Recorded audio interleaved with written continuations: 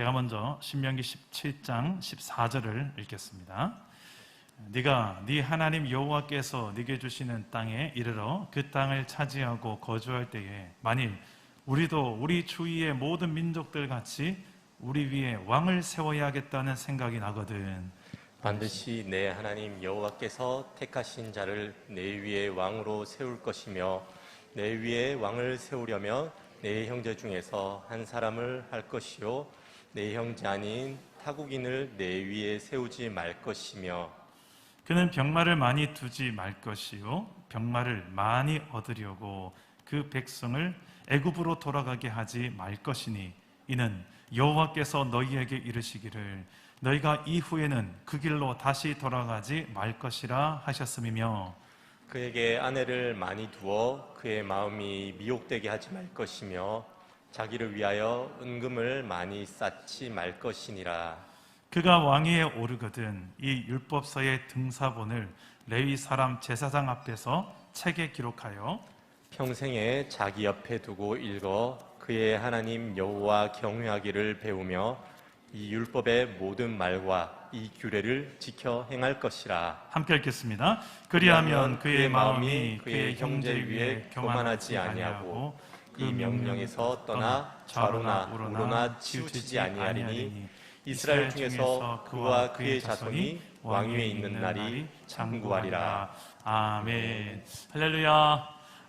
네, 무더위 속에서도 오늘도 말씀 가운데 하나님 만나는 복된 시간 되기를 축복합니다.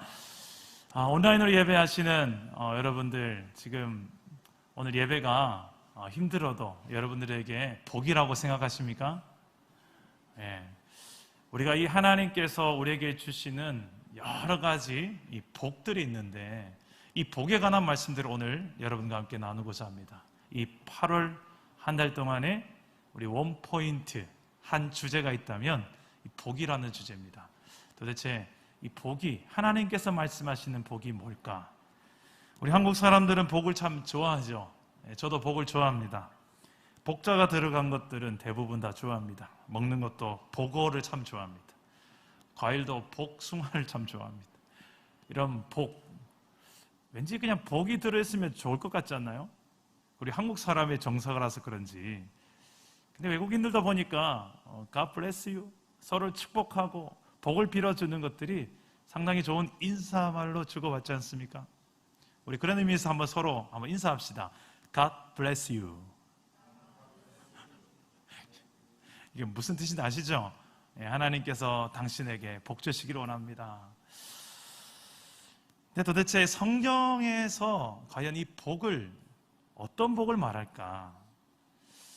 하나님께서는 창세기 1장에서도 사람을 지으시고 그들에게 복을 주셨다고 말씀합니다.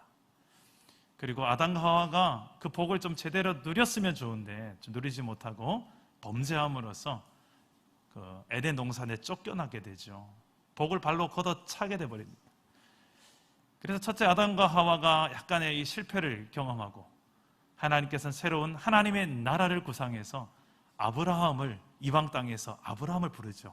그리고 아브라함에게 복을 또 이야기하십니다. 너를 복이 되게 할 것이다. 그냥 너만 복되게 하는 것이 아니라 너로 말미암아서 모든 민족이 복되게 할 것이다. 이 어마무시한 복을 아브라함에게 딱 약속을 해버리시고 그 아브라함의 후손들, 아브라함, 이삭, 야곱, 요셉, 그 아브라함의 후손들을 통하여서 그 하나님의 나라, 즉 이스라엘이라는 그 세상 나라와 다른 차별화되어진 하나님의 나라를 만드시고 그 나라를 통하여 하나님께서 꿈꾸시는 그 하나님의 나라가 도대체 어떤 나라인지를 오늘날 저와 여러분들에게 보여주고 싶어 하셨어요. 예수를 믿음으로 우리의 신분은 이제 죄와 사망의 종로로 타는 본질상 진노의 자녀가 아니라 하나님의 자녀가 된 줄 믿습니다. 그리고 하나님 나라의 백성이 되어진 줄 믿습니다. 이게 우리의 가장 큰 복이에요.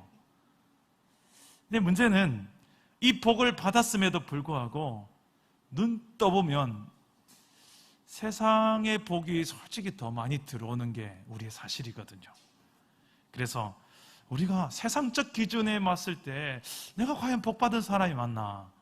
헷갈릴 때가 있어요. 정말 복받은 사람이라면 돈도 많이 벌어야 될 것 같고, 아프지도 않아야 될 것 같고, 자녀들은 하는 일마다 다 대박이 나야 될 것 같고, 부부관계 늘 좋아야 될 것 같고, 안 그렇습니까? 이게 복이죠 라고 생각하는데 안 그런 경우가 훨씬 더 많거든요. 우리도, 예수 믿는 우리도 아프고 암도 걸리고, 예수 믿는 사람도 코로나도 걸려요. 예수 믿는 사람이라고 안 걸리는 거 아니에요. 또 다 부자가 아니에요. 또 가난하게 사신 분도 계세요. 여러 가지, 이게 복인가요? 라는 질문을 우리는 하게 되죠. 그럼에도 불구하고 우리는 과연 나는 복된 하나님의 복받은 사람입니다 라고 말할 수 있는 근거가 어디에 있는가? 우리 성경에서 우리 한 달 동안에 왜 내가 복받은 인생인가? 그리고 진짜 우리가 추구해야 될 복이 뭔가? 이런 복에 관한 말씀들을 하나님께서 이스라엘 백성들을 통하여서 주고 싶어 했던 그 복, 하나님 나라 백성에게 주고 싶어 했던 그 복을 좀 살펴보면서 정말 우리가 누려야 될, 구해야 될 복이 무엇인지를 좀 나눠보고자 합니다. 성경은 이렇게 이야기해요. 예수를 믿는 저와 여러분들이 이제 왕같은 제사장이 되어버렸다. 세상 속에서 세상을 정복하고 다스리는, 복음으로 세상을 정복하고 다스리는 왕같은 제사장, 세상 나라 사람들을 하나님께로 인도하는 제사장적 기능을 감당하는 왕같은 제사장이다 라고 우리의 신분을, 정체성을 선언합니다. 그런데 이게 왕이 왕같이 살아야 되고 제사장이 제사장같이 살아야 될 텐데 그게 뭐냐는 겁니다. 하나님께서는 그런 이스라엘 백성들 안에 왕을 세울 때, 그리고 제사장을 세울 때 그냥 세우지 않고 기준을 주세요. 이렇게 세워야 된다. 오늘 말씀은 너희가 장착하게 될 그 가나안 땅에서 혹시라도 너희가 주변에 있는 다른 나라처럼 왕을 세워야 되겠다 생각이 나거든, 이렇게 해야 된다. 하나님께서는 이스라엘 백성들이 말하지도 않았는데 미리 아시고 이스라엘 백성들이 장차 왕을 세우고 싶어 할 것이라는 것을 아셨던 거예요. 근데 상당히 기분 나쁜 생각이에요. 왜요? 진짜 이스라엘의 왕이 누굽니까? 이스라엘을 통치하고 다스리고 보호하고 인도하는 왕이 누굽니까? 하나님. 하나님 나라의 왕이 누구냐는 이 간단한 질문. 하나님 나라의 왕은 하나님이지. 하나님 나라의 백성이 저와 여러분, 예수님을 믿는 저와 여러분 되었는데 이제 하나님 나라의 왕은 하나님이신데 이스라엘이 이 등신 같은 것이 하나님이 자신의 왕인 줄 까먹을 날이 온다는 거예요. 그래서 이제 사사기가 좀 있으면 펼쳐지죠. 약속의 땅에 갔는데 가보니까 좋은 게 너무 많아요. 이제 누릴 게 많아요. 이제 다 이뤘다 싶어요. 그러니까 더 이상 하나님도 몰라보고 하나님도 없이 살아가는, 이제 하나님 없어도 살만한 것 같고, 이 정도면 내가 이룬 것 같고, 이 정도면 내가 신앙으로 이룬 것 같고, 뭔가 된 것 같으니까 이제 하나님도 몰라보는 사사기가 열리잖아요. 각기 자기가 옳은 소견에 옳은 대로 행하는 그 사사기가 가장 이스라엘의 영적인 암흑기 아닙니까? 이 모든 상황들을 하나님이 미리 아신 것 같아요. 그래서 미리 주의점을 주십니다. 너희가 장차 왕을 세우고 싶거든 명심해라.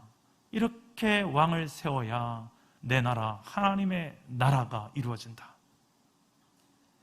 내가 내 나라를 만들고 내 나라 백성에게 복을 주고 싶은데, 그리고 내 나라 백성들을 통하여 모든 민족이 복을 받게 하고 싶은데, 그 복을 제대로 알고 누리려면 너희들이 명심해야 될 것이 있다. 혹시라도 왕을 세우고 싶거든 이렇게 해야 된다. 오늘 말씀의 내용입니다. 오늘 몇 가지 이 하나님의 당부의 말씀 속에서 왕같은 제사장으로 부름받은 우리를 향한, 나를 향한 말씀으로 우리가 받으시기를 바랍니다. 그래서 내가 지금 통치하고 다스려야 될 이 시대, 가정과 일터, 내게 주어진 모든 상황 속에서 정말 내가 어떻게 왕같은 제사장적 기능을 감당하며 복의 통로로 쓰임받는 인생이 되어질까, 오늘 말씀 속에서 찾아보도록 하겠습니다. 첫째로 우리는 어떻게 하면 복된 인생으로 살 수 있는가? 따라서 해봅시다. 복의 근원은 하나님이시다. 복의 근원은 하나님이시다. 네, 우리 14절과 15절 말씀 우리 한 번만 더 읽어봅시다. 시작.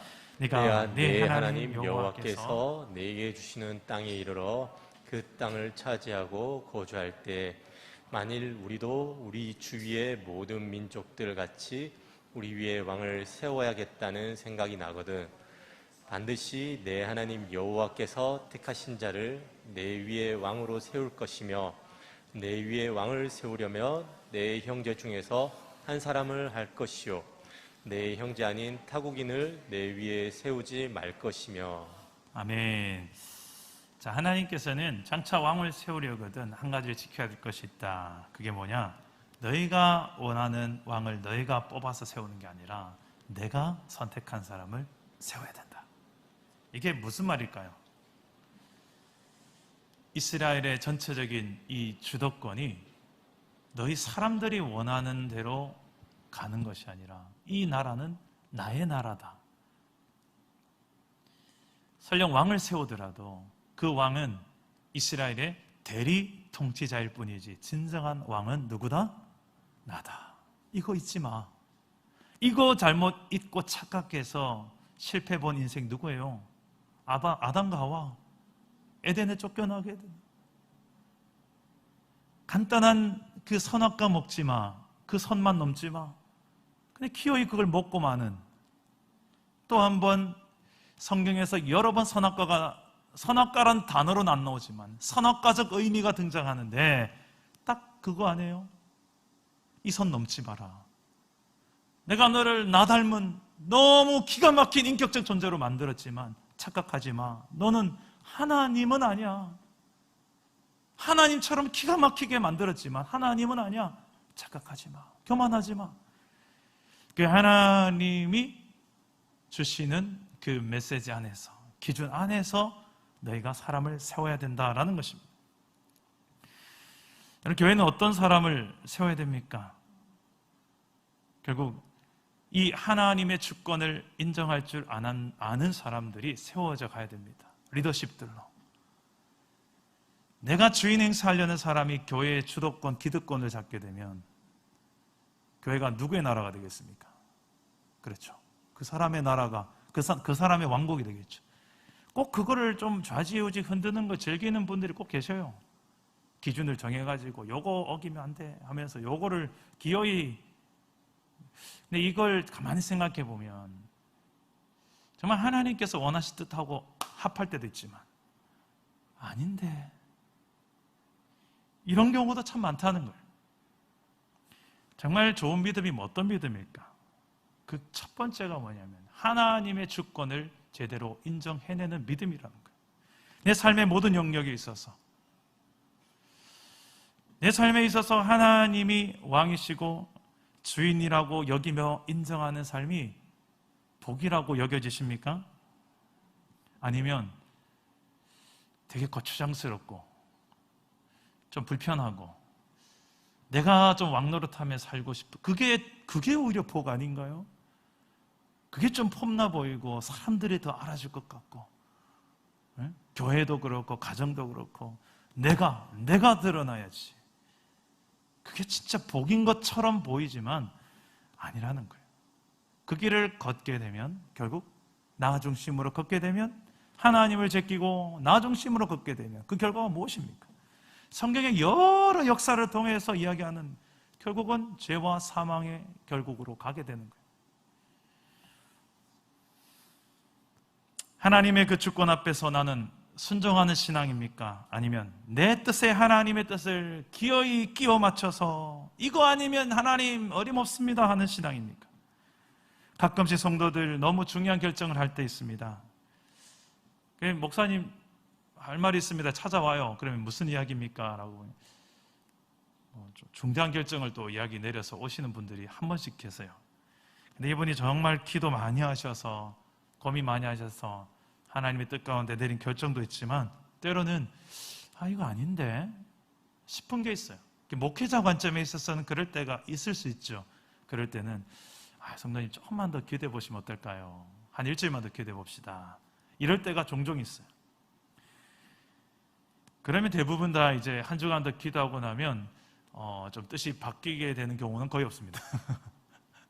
그 뜻대로 그냥 진행하는 경우가 대부분이죠. 그만큼 좀 확고하게 오는데 목회자 관점에 있어서는 아닐 때가 상당히 많을 때가 있어요. 먼저 결정 내리기 전에 그래도 하나님 목회자로 세우셨다면 그 성도님에게 가장 유익한, 영적으로 유익한 길을 좀 상의를 하면 좋겠는데, 그래 기도 좀 하는 시간 충분히 같이 가졌으면 좋겠는데, 결정판을 가져오니까 목회자도 뒤집기 어렵고 하나님도 뒤집기 어렸을 것 같아요. 주도권이 가만히 보면 4개 있을 때 이런 현상들이 나타나더라고요. 여러분은 어떻습니까? 중요한 인생의 결정이 필요한 상황에 지금 있습니까? 놓여 있습니까? 내 뜻보다 하나님의 뜻을 앞세우는 그 길을 선택하기를 축복합니다. 그게 복이에요. 하나님을 앞세우는 거. 내 뜻을 앞세우고 하나님과 끼워 맞추기, 이게 복이 아니고요. 야, 기가 막히게 끼워 맞는다. 야, 자세히 보세요. 그건 복이 아니에요. 그것보다 먼저 하나님의 뜻을 구하는 것이. 지금 이스라엘을 향하여 너희가 원하는 그 왕을 세우고 싶거든. 너희가 원하는 그 왕을 뽑아서 세우는 것이 아니라 내 뜻이 중요하다. 하나님의 뜻이 중요하다. 그것을 너희들이 보고 내가 지명한 자를 세워야 될 것이다. 지금 코로나 시대 속에서 참 많은 우리가 선택의 기로가 놓일 텐데, 그때에 하루하루 우리가 내일에 대해서 뭔가 보장할 수 없는 이 시대 속에 살 때 정말 내 힘이 아니라 하나님의 힘으로, 내 생각이 아니라 하나님의 생각으로 더 하나님의 뜻을 붙들어야 되는 이 시대 아니겠습니까? 여러분, 내일에 대한 답이 있는 분들은 그렇게 여러분 뜻대로 사십시오. 그러나 하루 내일에 대한 아무런 우리가 보장할 수 없는 현재 오늘 연속을 사는 저와 여러분들이 정말 하나님의 뜻을 구하고 하나님의 방법을 구하는 것이 가장 큰 복인 줄 믿으시기를 바랍니다. 둘째로, 우리는 어떻게 하면 복된 인생으로 살 수 있습니까? 따라서 해봅시다. 독이 되는 복을 주의하라. 독이 되는 복을 주의하라. 16절에서 17절 말씀 여러분이 한번 읽겠습니다. 시작. 그는 병마를 많이 두지 말 것이요 병마를 많이 얻으려고 그 백성을 애굽으로 돌아가게 하지 말 것이니 이는 여호와께서 너희에게 이르시기를 너희가 이후에는 그 길로 다시 돌아가지 말 것이라 하셨습니다. 그에게 아내를 많이 두어 그의 마음이 미혹되게 하지 말 것이며 자기를 위하여 은금을 많이 쌓지 말 것이니라. 네. 자, 성경에는 2가지 복이 존재해요. 크게 하나는 히브리어로 이야기하면요, 바라크라는 복이 있고요. 또 하나는 아쉐르라는 복이 있습니다. 따라서 봅시다. 바라크, 아쉐르.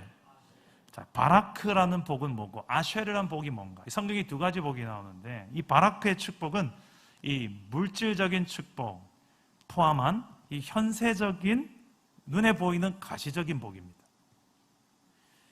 이 창세기에 이제 생육하고 번성하라, 이 바라크라는 단어를 써요. 창세기 1장 22절에 보면 하나님이 그들에게 복을 주시며 이르시되 생육하고 번성하여 여러 바닷물에 충만하라, 새들도 땅에 번성하라 하시니라. 아브라함에게도 주신 축복을 이야기할 때도 여기서 바라크라는 원어를 썼습니다. 내가 너로 큰 민족을 이루고 내게 복을 주어 내 이름을 창대하게 하리니 너는 복이 될지라. 내 이름을 창대하게 한다. 이런 현세적인 복, 그리고 네가 이름이 많은 열방들 앞에서 높아지는 어떤 가시적인 이런 복에 관한 부분들을 약속해 주고 있어요. 그런데 이 또 하나의 복은 이 아쉐르라는 복이 있습니다. 시편 1편에 나오는 이 단어, 복 있는 사람이 뭘까? 여기서 복되도다, 어떤 이런 표현입니다. 어떤 사람이, 어떤 인생이 복된가? 그때 표현하는 단어가 아쉐르. 이것은 하나님을 진정으로 만난 사람, 그래서 영혼 깊은 곳에서 하나님 때문에 만족하며 기쁨을 누리고 행복을 누리는 그 하나님과의 그 영적인 교제, 그리고 관계, 그리고 그 존재 그 자체, 이 영적인 복을 의미합니다. 이 신약에 와서는 이 복이 이제 헬라어로 팔복에 나오는 그 복하고 연결됩니다. 마카리오스라는 단어. 마태복음 5장 3절 말씀에 심령이 가난한 자는 복이 있나니 할 때 여기 마카리오스, 이 단어가 같은 맥락의 이 아쉐르적인 이 복을 의미하는 거예요. 이 아쉐르의 축복은 영원 깊은 곳의 축복, 존재의 복, 관계의 복입니다. 하나님의 은혜로 우리가 예수를 믿게 되어 하나님 백성이란 존재가 되었고 자녀가 되었고 그 자체가 이미 복이라는 거예요. 그런데 그 관계에서 더불어서 이제는 교제하고 또 은혜와 사랑을 나누게 되는 그 자체가 복이라는 거예요. 물론 이 물질적인 복, 현세의 복, 이 바라크의 복도 하나님께서 주시고 싶어하는 복입니다. 선물입니다. 그러나 그것 자체가 목적은 아닙니다. 하나님의 일, 하나님의 나라를 이루기 위한 어떤 수단에 불과한 축복이죠. 그것 자체가 목적이 되면 이게 바로 기복주의 신앙으로 갈 수 있는 제목이 되는 것입니다. 그렇다고 해서 여러분, 현세적인 복을 구하는 것 자체가 나쁘고 잘못된 기도라고 보진 않습니다. 중요한 것은 더 중요한 목적이 되는 이 아쉐르의 복을 보지 못하는 것, 이 바라크의 복 때문에 아쉐르의 복을 보지 못하게 되는, 나는 눈앞에 현세적인 복만 보이고 영적인 행복, 복에 대해서는 관심 없고 이것만 구할 때, 기복주의 신앙으로 갈 때, 복 자체가 하나님이 될 때 이게 문제라는 거예요. 이걸 기복신앙이라고 하잖아요. 복이 우상이 되는 거예요. 복이 아니고 복이 독이 되는 거예요. 근데 그 독을 뭐가 계속 구하고 있어요. 발음을 잘 하셔야 됩니다. 복 주세요, 복 주세요 하는데 가만히 보니 복이 아니고 독을 달라고 하고 있는 거예요. 독 주세요, 독. 누구한테는 복이 되고 누구한테는 독이 됩니다. 똑같은 건데 왜 그럴까요? 이 아쉐르적인 하나님과 영적인 교제, 영적인 진짜 영원한 복을 보지 못한 상태에서 그 현세적이고 물질적이고 만져지고 눈으로 보이는 이것만을 구하는 이 상태, 이 기복주의, 이게 나는 잘된 것이다. 이 정도 집을 갖추고 살고, 이 정도 자동차 몰고 다니고, 이 정도 이제 노후연금 준비해 놓고 이 정도 가졌으면 복받은 인생이지. 아니요, 아닐 수 있습니다.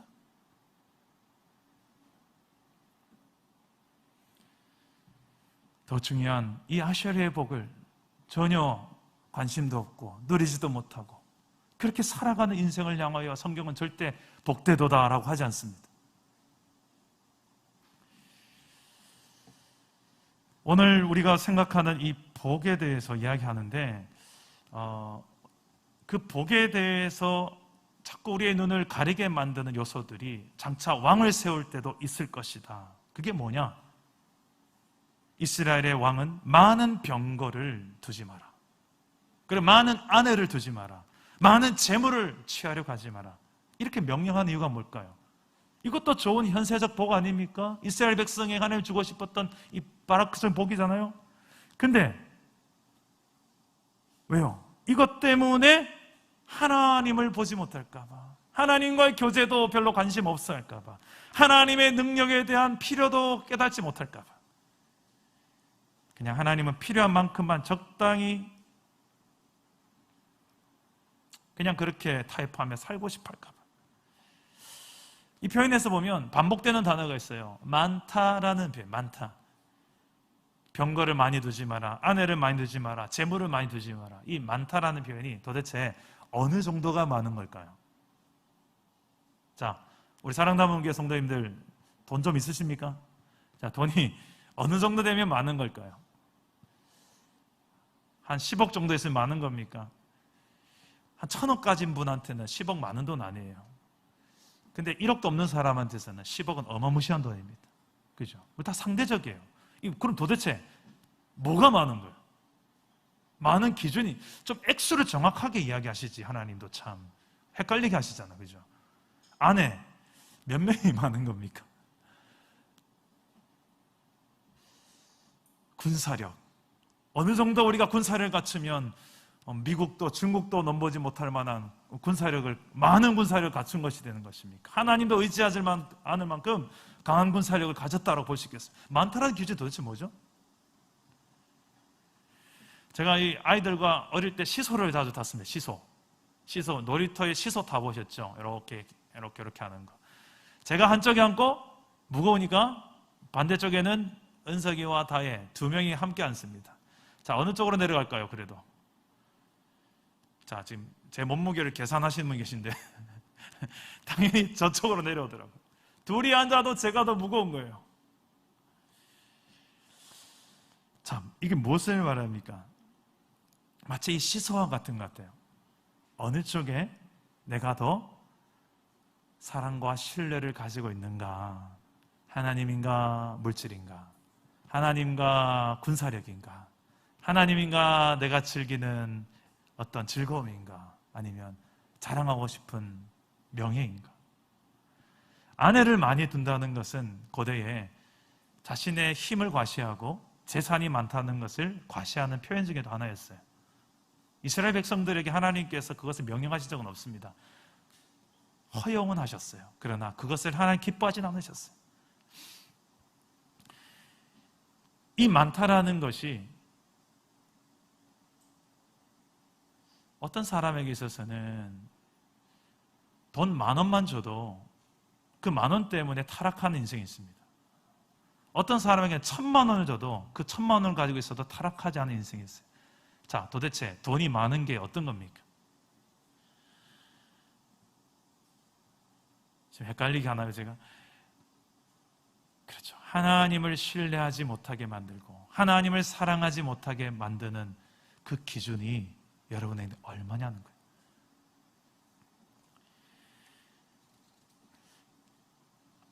우리 인생에 무작정 많다는 것이 다 좋은 것이 아니라는 것을 생각하게끔 합니다.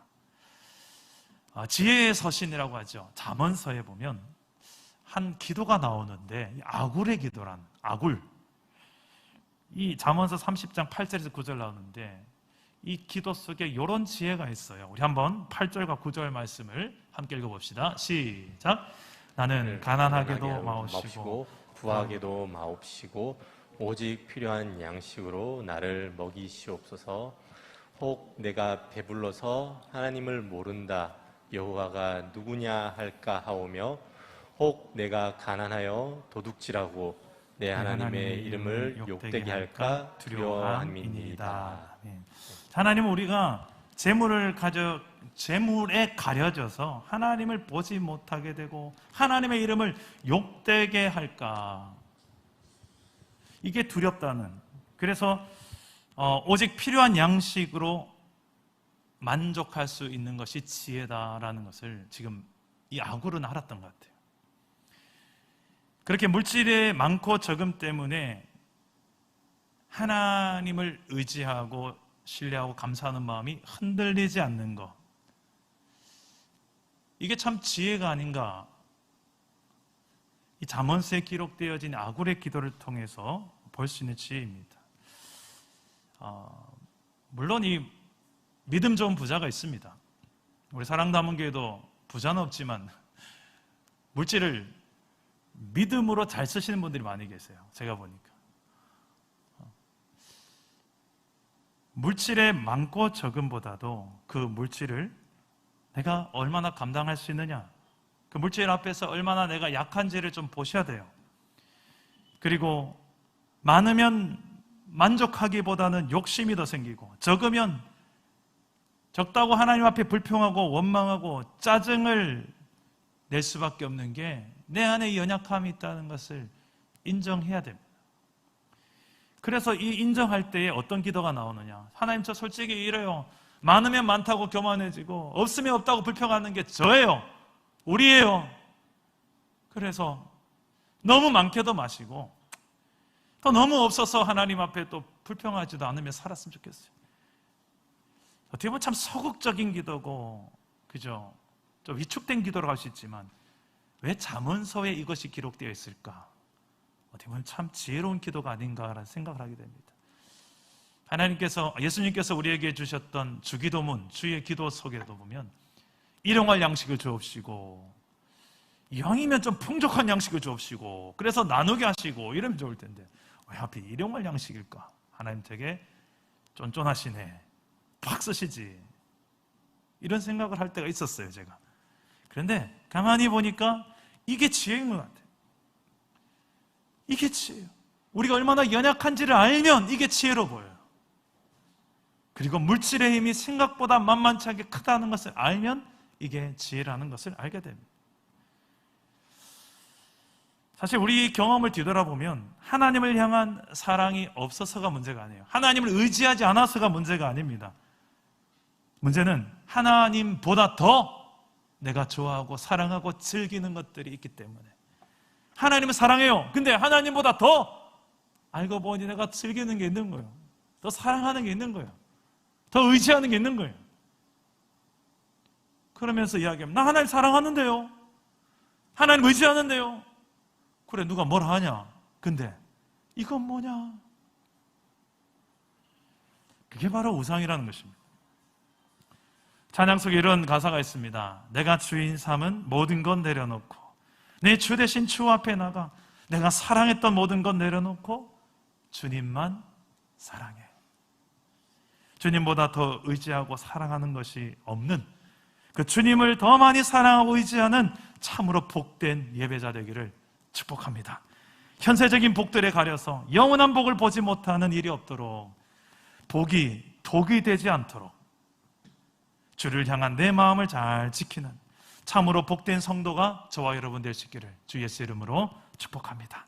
마지막으로 우리는 어떻게 하면 복된 인생으로 살아갈 수 있을까요? 함께 이야기해 봅시다. 성경을 가까이 하라. 성경을 가까이 하라. 18절과 19절 말씀을 여러분이 한번 읽으시겠습니까? 시작.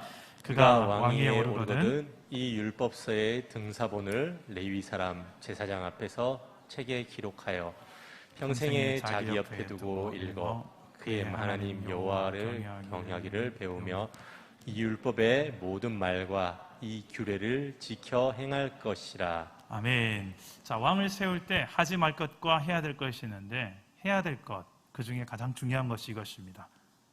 말씀을 가까이 하라. 그 왕은 말씀을 가까이 해야 된다. 그 말씀을 가까이 하여서 하나님을 경외하기를 배우기 때문에 그 말씀을 가까이 하면서 그것을 지켜 행하는 것을 왕에게 요구하십니다. 자, 이제 예수를 믿음으로 왕 같은 제사장이 된 저와 여러분들에게도 오늘 동일한 요구를 하나님은 하십니다. 김 지사님에게만 요구하시고 박 집사님에게 요구 안 하는 그런 말씀이 아닙니다. 하나님은 예수를 믿음으로 하나님 백성 된 저와 여러분 모든 자녀에게 동일한 요구 지금도 하고 계십니다. 그렇다면 질문합니다. 여러분 한 주간의 삶을 뒤돌아봤을 때 정말 성경 말씀을 가까이 하십니까? 아니면 내 삶에 돈을 더 가까이 하십니까? 성경을 가까이 하십니까? 세상의 그 즐거움들을 더 즐기며 가까이 하는 것 같습니까? 오늘은 무엇을 먹을까? 무엇을 입을까? 무엇을 즐길까? 이 고민은 하면서도 오늘 나는 어떤 성경을 읽을까? 큐티를 할까? 언제 큐티를 할까? 어디서 할까? 가정 예배는 어떻게 드리지 이번 주에? 새벽 예배는 이번 주에 몇 번을 나갈까? 어떻게 나갈까? 이러면 좋은데 그냥 주일 예배 한 번이면 족하지 뭐. 주일 예배 한 번이 어디야? 내 삶에 있어서 이렇게 바쁘고 힘든데 주님도 이해하실 거야. 난 피곤해, 힘들어. 주님 이해하시죠? 하고 후탁 예배자로 전락합니다. 이 후탁 예배자가 뭔지 아시죠? 일주일 내내 성경을 거실에 있는 TV 옆에다가 딱 두고 전혀 한 번도 안 열어보다가 이제 주일 예배 시간 되면 이제 딱 꺼내서 먼지를 후 불고 탁 털어서 들고 오시는 후탁 예배자. 근데 요즘은 이제 거실에도 안 둔대요. 그냥 자동차의 트렁크에다가 이제 일주일 내내 안 보겠다는 거죠. 그냥 성경책 트렁크에 던져놓고 아니면 뒷좌석에 저 뒤에 던져놓고 아이고 주일이네 성경책 어디 있더라. 그렇지. 저기 자동차 자가용 뒤에 승용차 뒤에 있겠지. 봤는데 없어요. 어디 갔지? 그날은 또 특별하게 또 집에 한번 실수로 갖다 놓은 적이 또 성경책 안 들고 예배 와서 또 그런 경우도. 그만큼 이 말씀과 가까이 한다는 내 삶이 전혀 찾아보기 힘든 혹시 이게 내 모습은 아닙니까? 왜 하나님 우리에게 이토록 말씀을 가까이 하며 살기를 원하실까요? 그래야 우리의 마음이 세상 속에서 교만해지지도 않고 유혹에도 빠지지 않는, 좌로나 우로나 치우치지 않고 감정에 너를 띄지 않고 살아갈 수 있기 때문에. 우리 다 같이 20절 말씀, 오늘 말씀의 결론입니다. 우리 함께 20절 말씀을 읽겠습니다. 시작. 그리하면 그의 마음이 그의 형제 위에 교만하지 아니하고 이 명령에서 떠나 좌로나 우로나 치우치지 아니하리니 이스라엘 중에서 그와 그의 자손이 왕위에 있는 날이 장구하리라. 아멘. 아멘. 자, 교만하지 아니하고 하는데 그 앞에 누구 위에? 그의 형제 위에. 이게 하나님 위에라는 표현을 쓸 줄 알았는데 형제 위에라는 표현을 쓴 게 좀 특이해요. 하나님께서는 우리의 이 대인관계 속에서 위아래가 만들어지는 것을 원치 않으십니다. 그렇다고 질서를 무너뜨린다는 개념은 아니에요. 항상 가르치려만 하고 항상 내가 더 우월하다고 생각하고 내가 가장 많이 헌신하는 사람처럼 생각하고 그런 공로주의와 그런 자신이 항상 오일하고 생각하는 이것을 교만으로 하나님은 보신다는 거예요. 이건 하나님 앞에 가져가기 전에 먼저 우리 사람 관계 안에서 교만한 사람인 거예요. 하나님은 그런 왕을 원치 않으시는 거예요. 왕이 그렇게 사람들 사이에 있어서 내가 이 정도 되니까 왕이 됐지, 이거 원치 않으시는 거예요. 그래서 교만해지지 않고 좌우로 치우치지 않을 수 있는 그런 왕이 될 것을 말씀하기 위해서 이렇게 네가 가까이 해야 될 것은 말씀이다. 그래야 하나님을 알고 하나님을 두려워할 줄도 알고 경외할 줄 알고 그리고 하나님 말씀대로 네가 지켜 사는 삶을 살아낼 수 있기 때문이다. 하나님 나라의 왕은 외교 전술이나 인재 등용, 효과적인 이 조직 운영 이런 것보다도 더 중요한 것이 바로 이 하나님의 말씀을 가까이 하는 것이었습니다. 그래서 훗날의 가나안 정복을 앞두고 있었던 이 여호수아라는 리더십에게도 동일한 말씀으로 말씀하셨잖아요. 여호수아서 1장 7절에 8절 말씀 한번 봅시다. 똑같은 내용을 반복하는 내용 같아요. 우리 한번 읽어봅시다. 시작. 오직 강하고 극히 담대하여 나의 종 모세가 네게 명령한 그 율법을 다 지켜 행하고 우로나 좌로나 치우치지 말라. 그리하면 어디로 가든지 형통하리니 이 율법책을 내 입에서 떠나지 말게 하며 주야로 그것을 묵상하여 그 안에 기록된 대로 다 지켜 행하라. 그리하면 내 길이 평탄하게 될 것이며 내가 형통하리라. 아멘. 자, 하나님 우리가 이 험난한 세상 속에 제자로 그리스도의 제자로 보내실 때 그냥 보내지 않으셨습니다. 하나님의 말씀을 우리에게 주셔서 보내셨어요. 왜요? 그 말씀이 세상 사람들에게 필요해서 준 것도 있지만 그 말씀이 있어야 우리가 제대로 정체성이 흔들리지 않고 무너지지 않기 때문입니다. 교만해지지도 않기 때문입니다. 그 말씀으로 하나님을 더 경외하는 법을 배우기 때문입니다. 오늘 나는 어떻게 하나님의 말씀을 가까이 하는 삶을 살아내고 있습니까? 이것을 위해서 여러분 어느 정도의 대가를 지불하면서까지 말씀을 가까이 하려는 몸부림이 있으십니까? 사랑남은 교회 공동체는 어떻게 해서든 성경을 가까이 하기 위해서 몸부림치는 그런 교회가 될 수 있기를 주님의 이름으로 축복합니다. 아멘? 아멘이라고 말씀하신 분들은 이것부터 좀 시작하세요. 네. 우리 교회에서 너무 좋은 교회잖아요. 큐티책을 3개월간 무료로 주는 교회가 어디 있어요? 아니, 목사님 너무 과장해서 하신데 솔직히 저는 별거 아니지만 이것도 제 의견이 아니라 우리 셀 리더들의 의견이었어요. 와, 역시 우리 사랑 남은 교회 셀 리더들은 아무나 셀 리더들. 목사님, 우리 큐티책도 바뀌었는데 우리 큐티를 권장하는 의미에 있어서 우리 전 성도에게 3개월간은 무료로 제공합시다.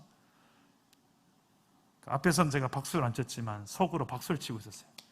야, 고맙습니다. 이런 의견 내주셔서. 물질은 이런 데 써야 되는 거죠. 근데 문제는 뭐냐? 이제 큐티 하자고 신청을 받았는데 신청률이 그렇게 썩 높지 않은 거예요. 공짜로 준다 했는데 그래서 신청하신 큐티 책을 이제 저 뒤에 비치해 놓는다 비치해 놨는데 아직도 안 들어가신 분들이 좀 한 10분 정도 보인 것 같아요. 우리 청년들과 우리 어른들. 큐티는 우리 말씀을 가까이 하는 내 삶에 있어서 최후보루. 적어도 요 정도 성경도 안 읽는다면 하루에 도대체 우리의 생활 속에서 어떻게 이 힘겨운 험난한 세상 속에서 밥이 되지 않고 우리의 마음이 좌로나 우로나 치우치지 않을 수 있겠습니까? 세상 그렇게 만만치 않습니다. 녹록치 않습니다. 우리 성경 통독해 봅시다 해서 1년째 스티커 밖에 그거 리더들 붙여가면서 성경 읽읍시다, 제발 읽읍시다 하고 하는데 또 성경 읽어지네 하면서 그 안 읽히니까 성경 읽어지네 하면 그거로 대보다 다 그걸 또 신청해서 하고 하는데 그래 봐라 뭐 성경 읽혀지나 니나만 읽어라 나도 다 왕년해봤다 그러면서 뒤에 손 탁 털면서 그냥 본인만 안 하면 되는데 괜히 뒤에서 이상한 소리 하고 다녀. 해봐라 뭐 잘 되나. 그러지 마시고 공동체가 다 같이 어떻게 해서든 말씀 가까이 하고 말씀 읽읍시다 말씀 읽읍시다 이럴 때 왜 이래요? 복 받게 하려고 그 영혼이 잘 되게 하려고 하나님의 성경의 말씀이 결국은 우리 인생을 위한 것, 정말 우리 인생이 복된 인생이 되게 하기 위해서 주신 말씀 아니겠습니까? 야고보서 4장 8절 말씀에 이런 말씀이 있습니다. 하나님을 가까이 하라. 그리하면 너희를 가까이 하시리라. 하나님은 하나님을 가까이 하는 자를 가까이 하십니다. 하나님을 가까이 하는 가장 좋은 방법이 이 하나님의 말씀을 가까이 하며 사는 것입니다. 그 말씀 속에 하나님이 어떤 분이신지, 하나님 어떻게 나를 지으셨고 사랑하고 계시는지가 다 드러나 있어요. 그래서 그분의 마음을 알게 돼요. 그분의 사랑을 알게 돼요. 그래서 성경을 가까이 하면 하나님을 가까이 하게 되고 하나님의 마음을 알게 되고 가까이 하게 되는 일이 일어나지 않습니까?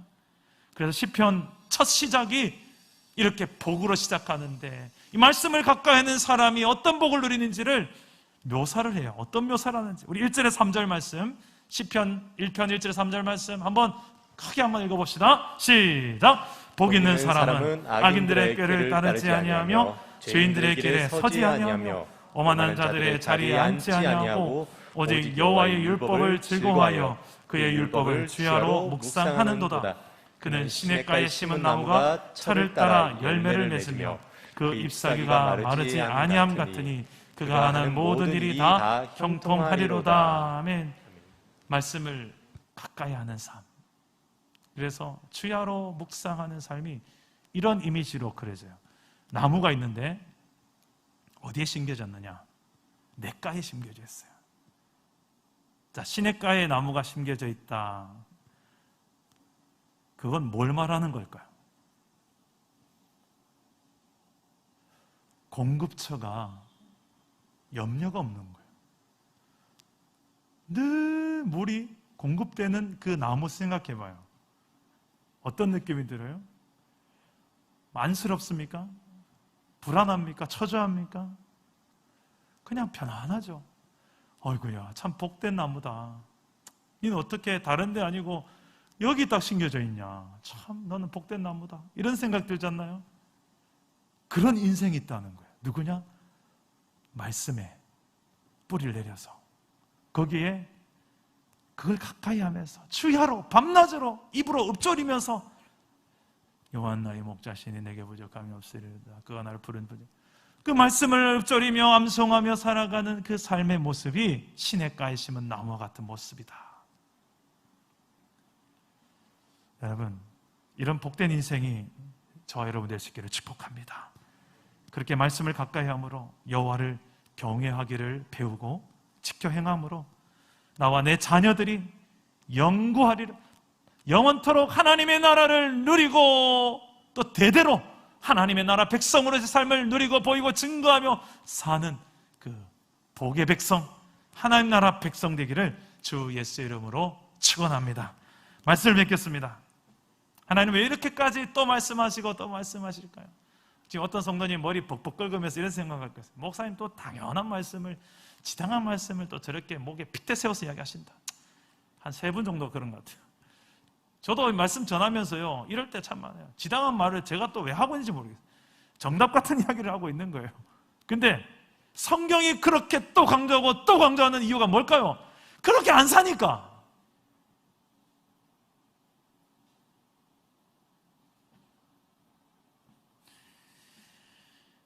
세상이 그렇게 만만치 않습니다. 우리가 지금 예배당 문만 나가면 말씀보다 더 좋은 게, 말씀보다 더 내 마음을 만족시킬 만한 게 얼마나 많습니까? 그거 붙들려고 하지 언제 우리가 말씀 붙들려 합니까? 그렇게 세상이 만만치 않다니까요. 그렇게 내가 강하지 않다니까요. 그러니까 또 말하고 또 말하고 또 말하고 귀에 정말 뭐 박힐 정도로 말하고 있는, 이게 하나님의 우리를 향한 사랑의 열심입니다. 오늘 이 말씀 붙들고 우리 한 주간의 삶 속에서 한번 이렇게 한번 살아봅시다. 하나님보다 내가 더 즐기고 사랑했던 것들, 의지할 만했던 것들, 좀 한 주간 동안은 좀 금식 아닌 이런 금식도 해봅시다. 좀 내려놔 봅시다. 그리고 주도권을 내가 내 뜻이 아니라 하나님의 뜻에 좀 넘겨봅시다. 하나님의 생각 도대체 뭐예요? 그래서 말씀을 펼치고 하나님을 경외하기를 거기서 배우고 그 말씀대로 지켜 행할 때 너와 네 자손이, 그 왕권이, 하나님 나라를 누리며 살아가는 너의 삶이 가정과 일터에서 영원토록 계속될 것이다. 이 복의 주인공이 저는 우리 사랑담원교회 성도가 되어지기를 주 예수의 이름으로 축원합니다.